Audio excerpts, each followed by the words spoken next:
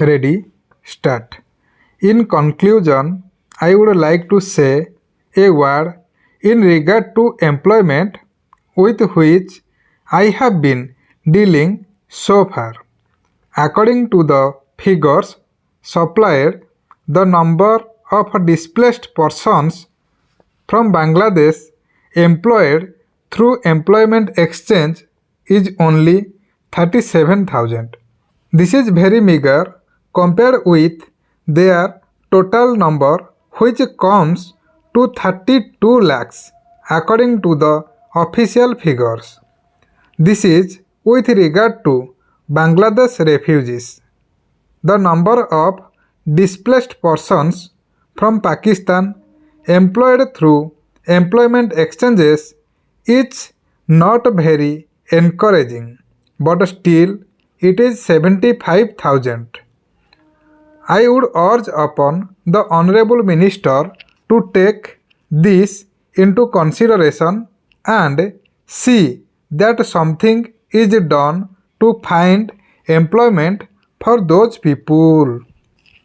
Of course, there is some expenditure incurred on general education and vocational training, but when we look at the number of persons who have been given vocational training, we find that the number already trained and under training is only 17,000.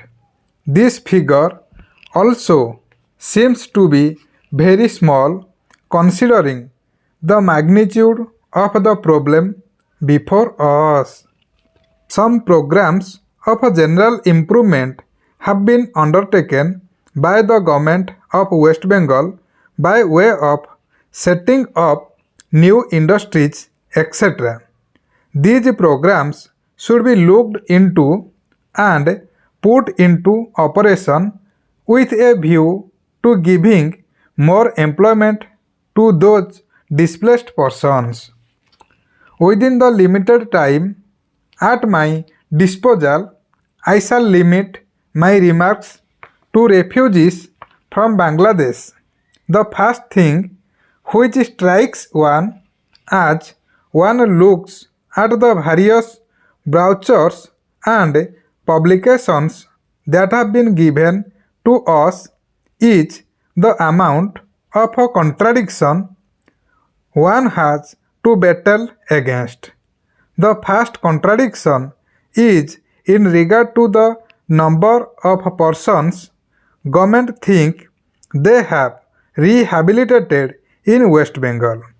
Granting that it is difficult to make a final assessment to the number of refugees who have come from Bangladesh, it is still true to say that at least there should be some sort of parity between what the Union Minister says and what the West Bengal Rehabilitation Ministry says.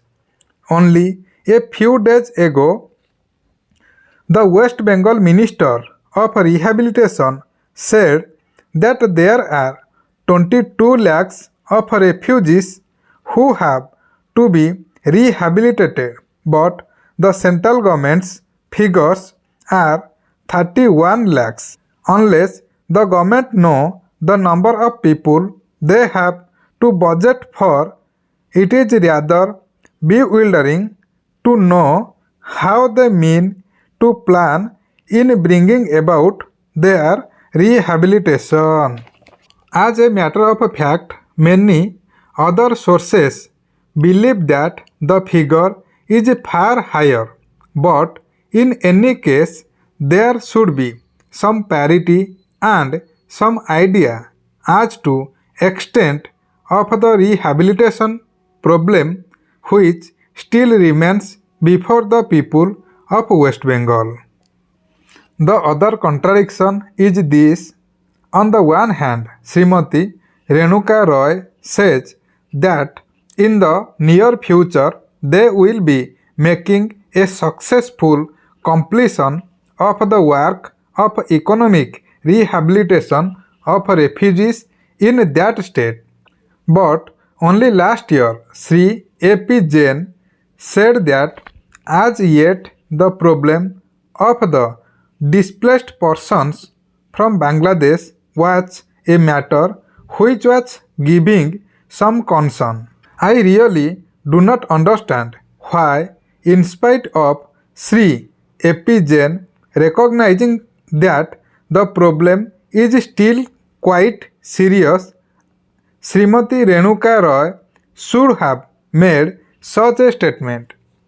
Yet, when we heard the Honorable Finance Minister, we find that there has been a big shortfall in rehabilitation budget.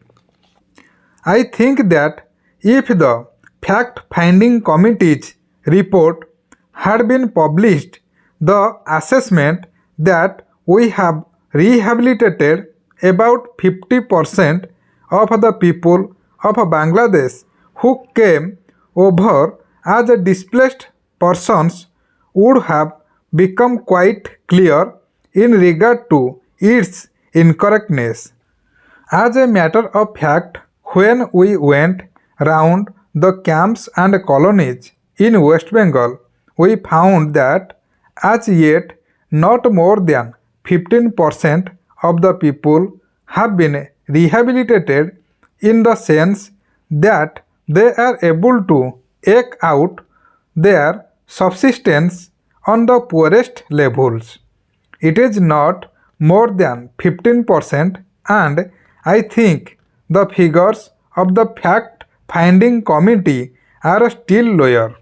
I think this is something that we have to take very seriously and put our minds to and apply all the resources that we have to find out how we will be able to tackle this problem of rehabilitation.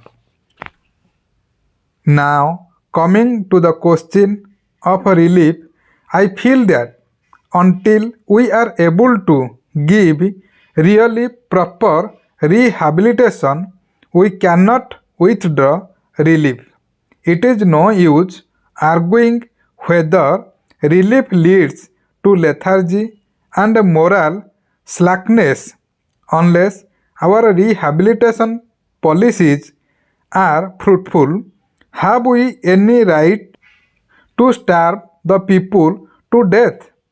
As a matter of fact, Sri A.P. Jain may know that in West Bengal, the incidence of tuberculosis among the refugee population is very high.